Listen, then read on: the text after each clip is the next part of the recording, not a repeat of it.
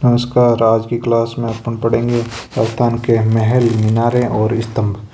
तो राजस्थान कला की दृष्टि से एक बहुत महत्वपूर्ण राज्य है। तो आइए शुरुआत करते हैं। बने रहिए, व्यस्त रहिए, मस्त रहिए और बने रहिए और लगातार हमारे साथ बने रहिए और पढ़ते रहिए।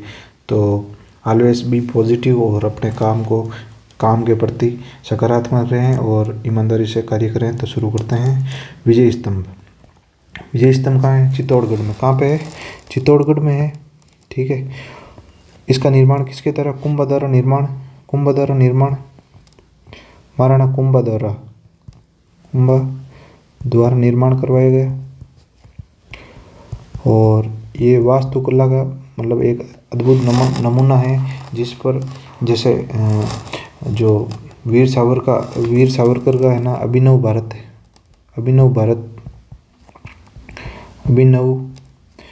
भारत का प्रतीक चिन्ह है। और क्या है इसके बारे में? और दूसरा है राजस्थान पुलिस का लोगो। तो ये जो राजस्थान पुलिस के जो साइड में बैच लगा होता है, इसमें ये विजय स्तंभ का लोगो किसका है? राजस्थान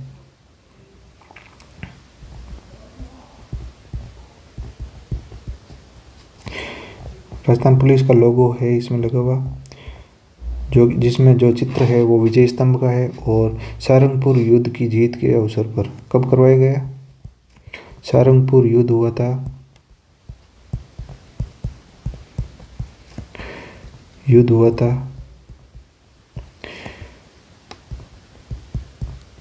जीत के अवसर पर इस विजय स्तंभ का निर्माण करवाया था। अवसर पर विजय स्तंभ का निर्माण करवाया। फिर 1437 में, जैसा कि बताया है, सारंगपुर युद्ध जिसमें जीतने के उपलक्ष्य में इसका निर्माण कराया। 1444 में निर्माण हुआ, 1448 में पूर्ण हुआ। 9 मंजिला है और 122 फीट लंबा है।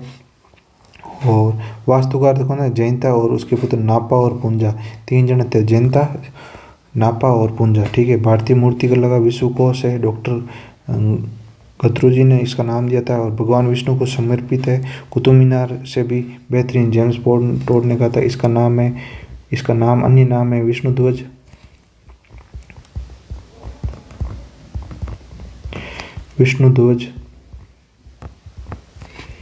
दूसरा गरुड़ ध्वज।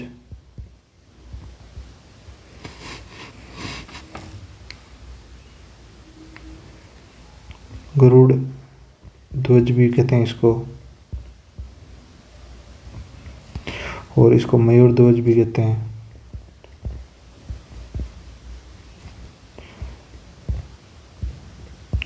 और मूर्तिकला का विश्वकोश है, इसमें 9 मंजिला है जैसा कि बताया था। और कुतुब मीनार से बेहतर बताया था किसने? जेम्स टोड ने। फिर आगे शुरू करते हैं। फिर जैन कीर्ति स्तंभ, ये भी चित्तौड़गढ़ के किले में स्थित है। जैन कीर्ति स्तंभ, आदिनाथ भगवान आदि जैन तीर्थकर है ना, जैन तीर्थकर है, आदिनाथ को समर्पित है। फिर जैन महान जीजा शाह ने बनाया था। किसे? जैन महाजन जीजा शाह बघेरवाल ने इसका निर्माण करवाया था।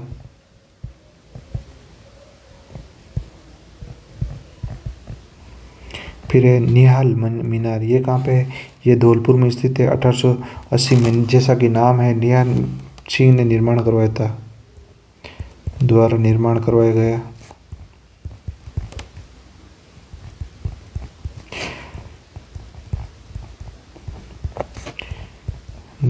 और एक है ना, एक जो विजय स्तंभ है वो मतलब समुद्रगुप्त द्वारा निर्मित है। कहाँ? भरतपुर के बयाना में स्थित है। और ये 8 मंजिल घंटाघर है यहाँ पे, क्या? निहाल मीनार में। फिर है इसरलाट कहाँ है? ये जयपुर में स्थित है। इसको सरगासुली अन्य नाम है इसका, सरगासुली अन्य नाम क्या है? सरगासुली। और जयपुर में है, सातखंड में है ये। ठीक है। महाराज ईश्वर सिंह, अन्य जो राजाओं की छत्रियाँ हैं वो घेटौर में स्थित है। घेटौर जयपुर में स्थित है। राजा महाराजाओं की जो जहाँ पे उनको अंतिम संस्कार हुआ उनको घेटौर की छत्रियाँ कहते हैं। और जोधपुर में जैसे कि जोधपुर के राजा महाराजाओं की छत्रियाँ कहाँ है, जसवंत थाड़ा पे है। तो उसी प्रकार ये जयपुर में है, सरगासुली इसका नाम है। यहाँ सिर्फ ईश्वर सिंह की छतरी है, ईश्वर सिंह की छतरी है, ठीक है। और अन्य राजाओं की छतरियाँ कहाँ हैं, अन्य राजाओं की छतरियाँ कहाँ पे है,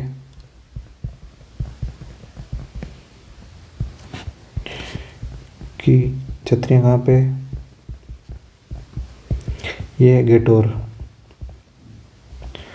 और जिस प्रकार हमने बताए थे बड़ा बाग की छतरियाँ कहाँ हैं, जैसलमेर के राजाओं की। और चार बाग कहाँ हैं, कोटा के राजाओं की। फिर और देवी कुंड की छतरियाँ कहाँ हैं, बीकानेर में स्थित है, बीकानेर के राजा महाराजाओं की।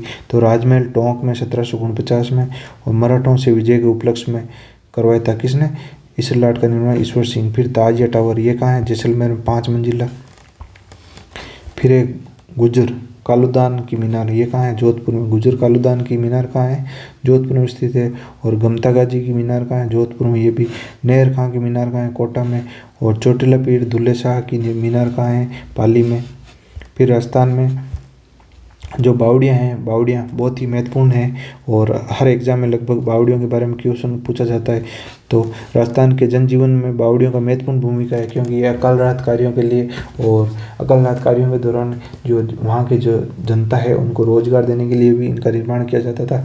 और उत्कृष्ट कला का केंद्र है, राजस्थान की उत्कृष्ट कला का केंद्र भी है। और यहाँ पे जो वर्तमान में पर्यटन के लिए आकर्षण का केंद्र भी है। तो जल संरक्षण की प्रणाली, बावड़ियाँ जो है ना, जमीन होती है, जैसे ये एक टाँका टाइप होता है जिसमें सीढ़ियाँ लगी रहती है, ऐसे सीढ़ियाँ लगी रहती है, बावड़ी ऐसे सीढ़ियाँ लगी रहती है। और यहाँ पे कुंड टाइप होता है जिसमें जल भरा रहता है और यहाँ सीढ़ियाँ लगी रहती है, अलग अलग डिजाइन होते हैं। तो ये ऐसी बावड़ी होती है, इसमें सीढ़ियाँ लगी रहती है अलग अलग। तो ऐसी बावड़ी होती है ये बीच में। तो राज परिवार के सदस्य यहाँ पे जो स्नान संबंधित कार्य करते थे, कपड़े वगैरह धोते थे। मुख्य रानियाँ राजमाताएँ थी, यहाँ नहाती थी। तो ये उससे संबंधित सूचनाएं भी मिलती है। यहाँ पे जो अभिलेख भी प्राप्त हुए हैं, क्यों बावड़ियों में अभिलेख भी प्राप्त होते हैं, कौन से, कुछ अभिलेख भी प्राप्त हुए हैं, अभिलेख भी प्राप्त होते हैं जिसमें उसके निर्माण से संबंधित और वहाँ के राजा और वहाँ प्रशासन से संबंधित जानकारी मिलती है, प्राप्त हुए हैं। अभिलेख में क्या होता है, राजा, प्रशासन और जनता, कर प्रणाली और युद्धों के बारे में जानकारी मिलती है। कहाँ पे, बावड़ियों में। और इनमें उद्देश्य भी, क्या उद्देश्य के लिए बनाई गई, तो उसके बारे में। बावड़ियाँ प्राचीन व मध्यकाल से लेकर आधुनिक काल में भी बनी।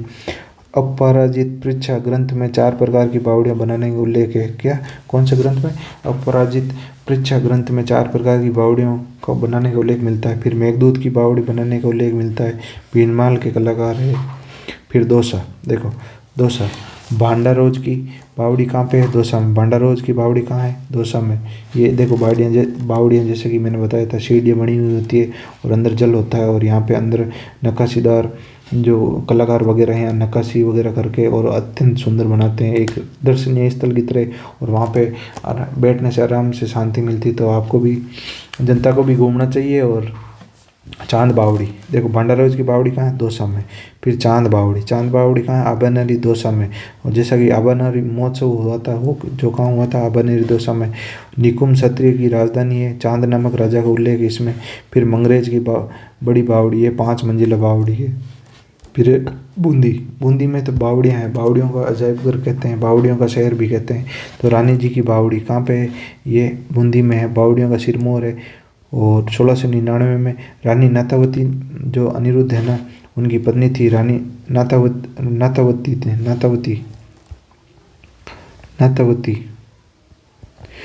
जी ने, है ना, नाथावती जी ने अनिरुद्ध की पत्नी थी, इन्होंने निर्माण करवाया था। कौन सी, रानी की बावड़ी कहाँ पे है, बूंदी में है और 1699 में करवाई। फिर अनारकली की बावड़ी, ये कहाँ है, ये भी दासी अनारकली थी, उसकी याद में बनाई गई।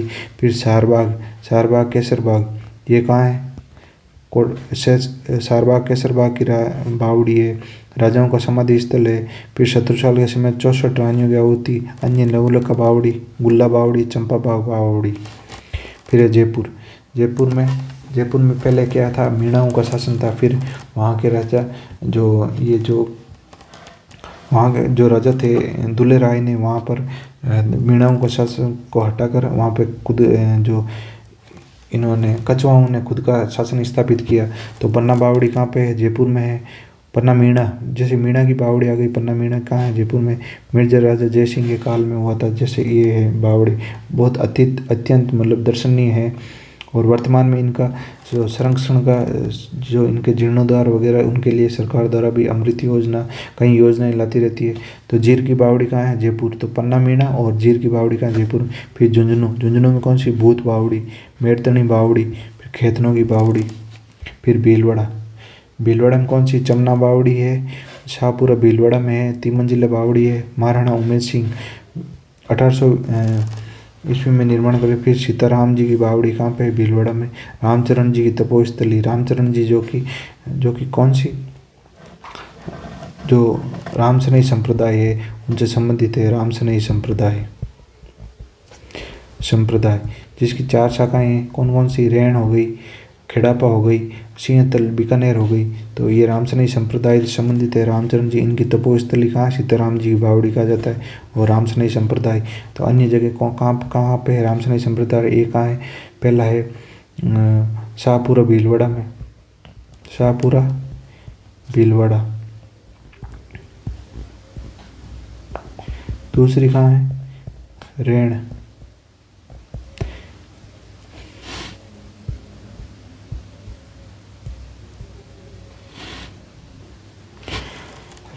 रैण कहाँ है?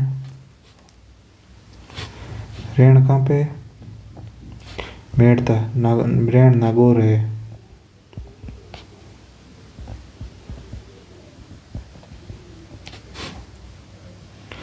तो रैण नागौर में है। तीसरा कहाँ पे? ये सिंहतल बीकानेर है।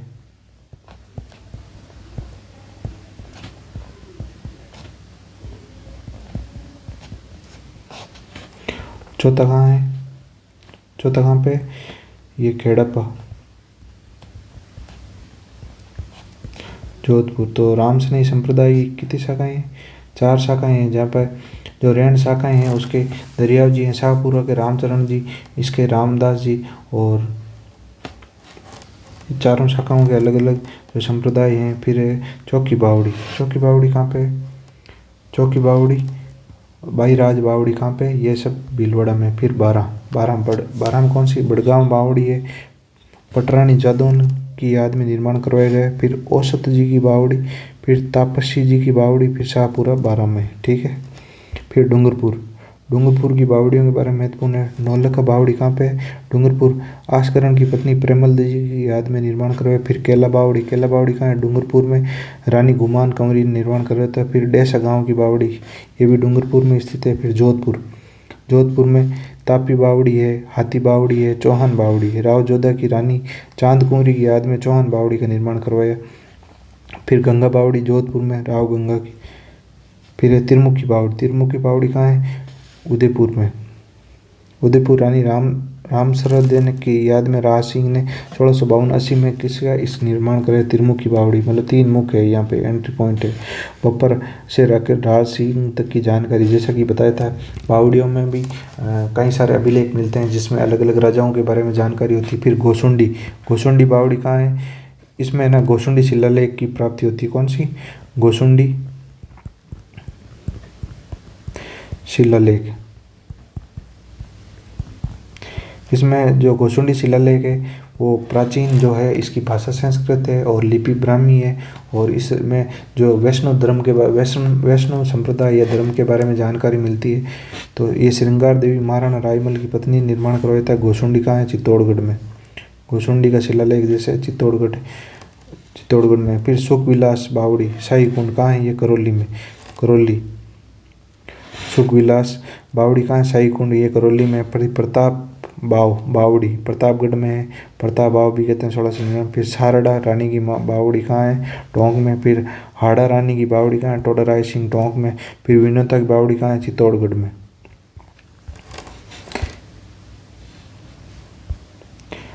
ओके, धन्यवाद। और बने रहिए, व्यस्त रहिए, मस्त रहिए और हमारे साथ बने रहिए। ज़्यादा से ज़्यादा लाइक करें, शेयर करें।